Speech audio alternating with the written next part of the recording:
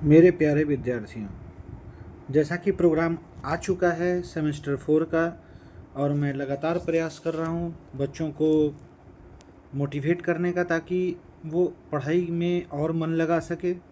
मैं ये नहीं कह रहा हूँ कि आपकी पढ़ाई नहीं होती है, फिर भी मैं चाह रहा हूँ कि आपका मार्क्स और अच्छा है, जहाँ चूक हो रही है उसमें उस कमी को दूर किया जाए।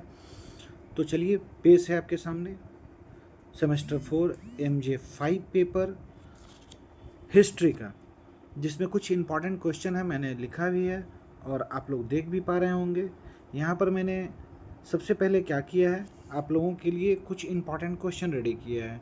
उस क्वेश्चन में मैंने शॉर्ट क्वेश्चन के तौर पर भारतवर्ष की अवधारणा, वेदांग क्या है, ब्राह्मणी लिपि, खरुष्ठी लिपि में क्या अंतर है, बौद्ध धर्म, जैन धर्म, उपनिषदों पर संक्षिप्त टिप्पणी। हो सकता है इस पे लॉन्ग क्वेश्चन भी दे दे, लेकिन मैंने कोशिश किया है कि आप लोगों को मैं बता दूं। स्मृति, मनुस्मृति, बृहस्पति स्मृति, बहुत सारे स्मृतियां हैं जिसमें हिस्ट्री में आपको पढ़ना है, डिटेल में बताऊंगा कभी क्लास में, लेकिन फिलहाल क्वेश्चन तैयार करना जिसमें लिखा हुआ है कि स्मृति और पुराण में क्या अंतर है, अंतर स्पष्ट करें। लॉन्ग क्वेश्चन यूनिट 1 का, ये MJ5 में यूनिट 1 का लॉन्ग क्वेश्चन है। भारतवर्ष की अवधारणा का ऐतिहासिक एवं सांस्कृतिक विश्लेषण। दूसरा है प्राचीन भारतीय लिपियों के विकास का वर्णन कीजिए। और तीसरा क्वेश्चन मैंने गेस किया है, वैदिक से संगम साहित्य तक भारतीय साहित्य की गौरवशाली परंपरा पर प्रकाश डालिए। ये यूनिट 1 का क्वेश्चन है। यूनिट 2 में यदि आप ध्यान दें तो यूनिट 2 में भारतीय ज्ञान परंपरा, कला एवं संस्कृति, स्पष्ट रूप से क्वेश्चन आपको दिख रहा होगा। संस्कृत, प्राकृत और पाली भाषा का संक्षिप्त परिचय दें, यानी इनके क्रमिक विकास कैसे हुए, इन भाषाओं की उत्पत्ति कहाँ से हुई, इससे संबंधित आपको शॉर्ट क्वेश्चन, यानी लगभग 200 शब्दों में अगर आप लिखते हैं तो ये शॉर्ट क्वेश्चन क्लियर हो जाएगा, 200 से 250। अगला क्वेश्चन है भारतीय कला की प्रमुख विशेषताएं लिखिए। प्राचीन भारतीय शिक्षा प्रणाली, हो सकता है ये लॉन्ग क्वेश्चन भी आपको आ जाए, शिक्षा प्रणाली की प्रमुख विशेषताएं। अगला क्वेश्चन है पुरुषार्थ पर संक्षिप्त टिप्पणी करें और ऋण की अवधारणा स्पष्ट करें। इस प्रकार आप समझ गए होंगे जो मैं दिखा रहा हूँ। अगला अगर हम बात करें पेज 2 में अगर हम आते हैं तो मैं 1 मिनट होल्ड करता हूँ इसे। हाँ, अब आगे पेज नंबर लॉन्ग क्वेश्चन आपका 1 मैंने दे दिया। दूसरा इसमें है लॉन्ग क्वेश्चन और भी है यूनिट 2 का। भारतीय ज्ञान परंपरा के विकास में संस्कृत एवं पाली भाषा की भूमिका स्पष्ट कीजिए। प्राचीन भारतीय शिक्षा प्रणाली का विस्तार से चर्चा करें। भारतीय सामाजिक मूल्य प्रणाली में पुरुषार्थ और कर्म सिद्धांत का महत्व स्पष्ट कीजिए। यूनिट 3 में क्वेश्चन है धर्म, दर्शन एवं वासुदेव कुटुंबकम। शॉर्ट क्वेश्चन आप देख पा रहे हैं। धर्म की भारतीय अवधारणा क्या है, षड दर्शन क्या है, इनके नाम बताइए। जनपद और महाजनपद में अंतर बताइए। भारत एक गणराज्य था कैसे। लॉन्ग क्वेश्चन है भारतीय दर्शन के प्रमुख विशेषताओं का वर्णन कीजिए। वासुदेव कुटुंबकम की अवधारणा का वर्तमान संदर्भ में महत्व स्पष्ट कीजिए। प्राचीन भारत की राजनीतिक व्यवस्था, राजतंत्र एवं गणतंत्र का विवेचना कीजिए। ये आपका क्लियर हो गया। यूनिट 4 विज्ञान, पर्यावरण एवं चिकित्सा।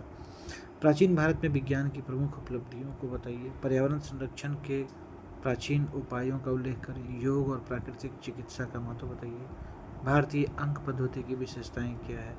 आर्यभट्ट पर संक्षिप्त टिप्पणी लिखिए। लॉन्ग क्वेश्चन भी मैंने दिया है जो आप लोगों के लिए काफ़ी इंपॉर्टेंट है एग्जामिनेशन के लिए। मैं समझता हूँ यदि आप इतना क्वेश्चन जो दिया हुआ है अगर इसे तैयारी करते हैं तो इससे रिलेटेड क्वेश्चन आए, हूबहू क्वेश्चन ना आए, लेकिन इस टॉपिक को ज़रूर टच करेगा और आप एक अच्छा आंसर तैयार कर सकते हैं। लॉन्ग क्वेश्चन जो आप तैयार करते हैं उसमें आपको लगभग कोशिश करना है कि आप 800-1000 शब्दों में लिखें, ताकि आपका आंसर, जो उत्तर आप लिखते हैं, बहुत अच्छे से लिख पाएँ, सारी बातों को उसमें शामिल कर सकें। पॉइंट वाइज लिखें, स्पष्ट और सुंदर अक्षरों में लिखें, तभी एग्जामिनर आपको अंक देंगे और उनका मन भी प्रसन्न होगा, जिससे आपको फायदा होगा।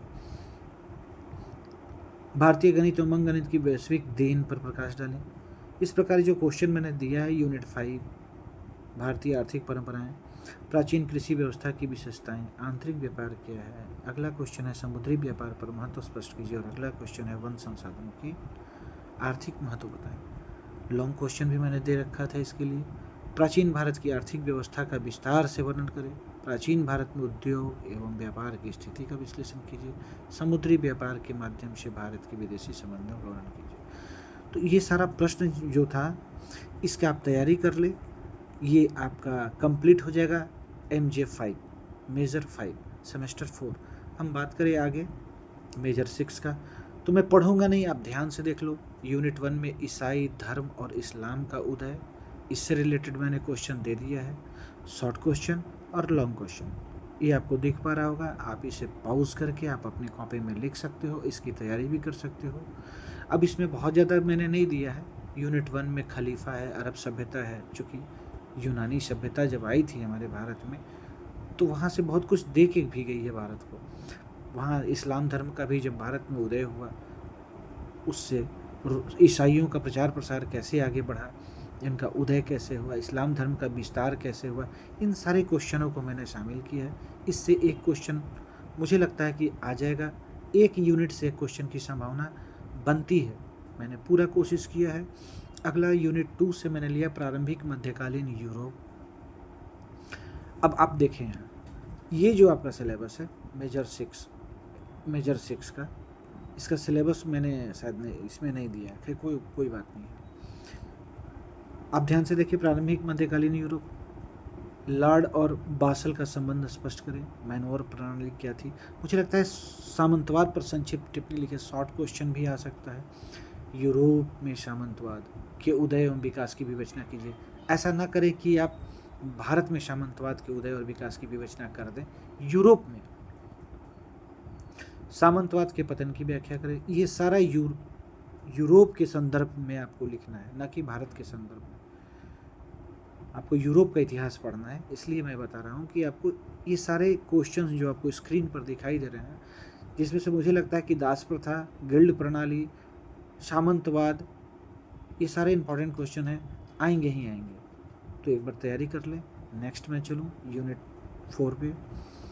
यूनिट 4 अभी 3 का भी लॉन्ग क्वेश्चन यहाँ दिया हुआ है, और भी मैंने दिया था। मध्यकालीन यूरोप की विज्ञान एवं तकनीकी विकास का वर्णन करें। प्राचीन काल से मध्यकालीन समाज में संक्रमण की प्रक्रिया का विश्लेषण करें। मध्यकालीन कृषि व्यवस्था एवं अर्थव्यवस्था की संरचना पर प्रकाश डालें। मध्यकालीन समाज की वर्ग व्यवस्था की व्याख्या करें। अब यूरोप में मध्यकाल से आधुनिक काल का संक्रमण जो हुआ, जिसमें मार्टिन लूथर, पुनर्जागरण आया, औद्योगिक क्रांति भी आई थी, व्यवसायीकरण भी हुआ था और वाणिज्यवाद का विकास भी हुआ था। ये सारा क्वेश्चन यूनिट 4 का है, जो शॉर्ट क्वेश्चन है। लॉन्ग क्वेश्चन यूनिट 4 का भी देख लें।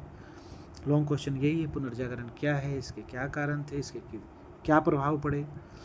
धर्म सुधार आंदोलन, चूँकि पुनर्जागरण के साथ साथ वाणिज्यवाद का भी विकास हो रहा था और धर्म की भी लड़ाई शुरू हो गई थी, धर्म सुधार आंदोलन भी शुरू हो गया था उसके विपक्ष में। मध्यकाल में से मध्यकाल से आधुनिक युग में जो संक्रमण काल चल रहा था, उसमें बहुत सारे परिवर्तन आए थे, चेंजेज आए थे। उनकी सारी विशेषताओं को आपको लाना है, लिखना है। अब नगरीकरण भी होगा, यानी नए नए बाजार ढूंढे जाएंगे। अब कोलंबस और वास्को डी गामा निकल गए अपना नया बाजार खोजने के लिए, और इतिहास तो आप पढ़े ही होंगे, जिसमें कई भौगोलिक खोज हुए, नगरों का विकास हुआ, नए नए देश खोजे गए। इससे रिलेटेड क्वेश्चन है। इस प्रकार आप क्वेश्चन देख पा रहे होंगे। यूनिट 5 में भी शॉर्ट क्वेश्चन है और लॉन्ग क्वेश्चन में मैंने दे भी दिया है। अब आ जाइए पढ़ाई लिखाई की बात हो जाए, जिसमें मध्यकालीन विश्वविद्यालय के विकास एवं योगदान का वर्णन करें। मध्यकालीन नगरों के उदय के कारण एवं प्रभावों की विवेचना करें। भौगोलिक खोजों के कारणों एवं परिणामों का विश्लेषण करें। नगरीकरण से आप क्या समझते हैं, बहुत इंपॉर्टेंट क्वेश्चन है, इसको आप पक्का नोट कर लीजिए। नगरीकरण से क्या समझते हैं, व्यापारिक विस्तार में इसका संबंध स्पष्ट कीजिए। इस प्रकार मैं समझता हूँ कि अगर आप इतना क्वेश्चन पढ़ते हैं तो आपको इन क्वेश्चनों में से जरूर कुछ ना कुछ आएगा। और एक लास्ट है MJ7। जो बच्चा इस वीडियो को लास्ट तक देखेगा वही बच्चा कुछ पा सकता है, जो अच्छा एग्ज़ाम दे सकता है। तो स्क्रीन पर ठीक मिल गया आपको सेमेस्टर 4 का हिस्ट्री ऑफ इंडिया, जो 1200 से 1526 ईस्वी तक का पढ़ना है, जिसमें यूनिट 1 में दिल्ली सल्तनत। शॉर्ट क्वेश्चन लॉन्ग क्वेश्चन आप देख पा रहे होंगे, मैंने छोड़ दिया है, इसे पॉज करके भी आप पढ़ सकते हैं, चूँकि मुझे आगे बढ़ना है, मैं आगे आपको बताऊँ, फॉरवर्ड करता हूँ। यूनिट 2 में सल्तनत काल की राजनीतिक संरचना से रिलेटेड ये क्वेश्चन है। और यूनिट 3 में सल्तनत काल की अर्थव्यवस्था, यानी दिल्ली सल्तनत का पूरा पार्ट को चेक आपको टच करना है। उसकी राजनीतिक संरचना, उसकी प्रशासनिक संरचना, उसकी अर्थव्यवस्था और उसका धर्म, समाज और संस्कृति। दिल्ली सल्तनत आपको पूरा पढ़ जाना है। इस प्रकार से आप दिल्ली सल्तनत कंप्लीट कर लेंगे। मुझे लगता है कि इन सारे प्रश्नों से आपके एग्ज़ाम में बिल्कुल टैली करेंगे। ये सारे प्रश्नों में से कुछ न कुछ प्रश्न टैली करेंगे ही करेंगे अगर आप तैयारी करते हैं। नहीं भी करते हैं, आप इसमें से पढ़ लेंगे तो आप आने वाले एग्ज़ाम में जो प्रश्न होंगे आपके लिए काफ़ी आसान होगा। तो ठीक है मेरे प्यारे बच्चों, आप इसे एक बार पुनः देख लेंगे। मैं समझता हूँ आप बहुत अच्छा कर पाएंगे इस बार एग्ज़ाम में, और बिल्कुल आप अपने जीवन का सबसे बेस्ट एग्ज़ाम देकर अपने माता पिता, अपने शिक्षकों और समाज को आप संतुष्ट करेंगे। धन्यवाद।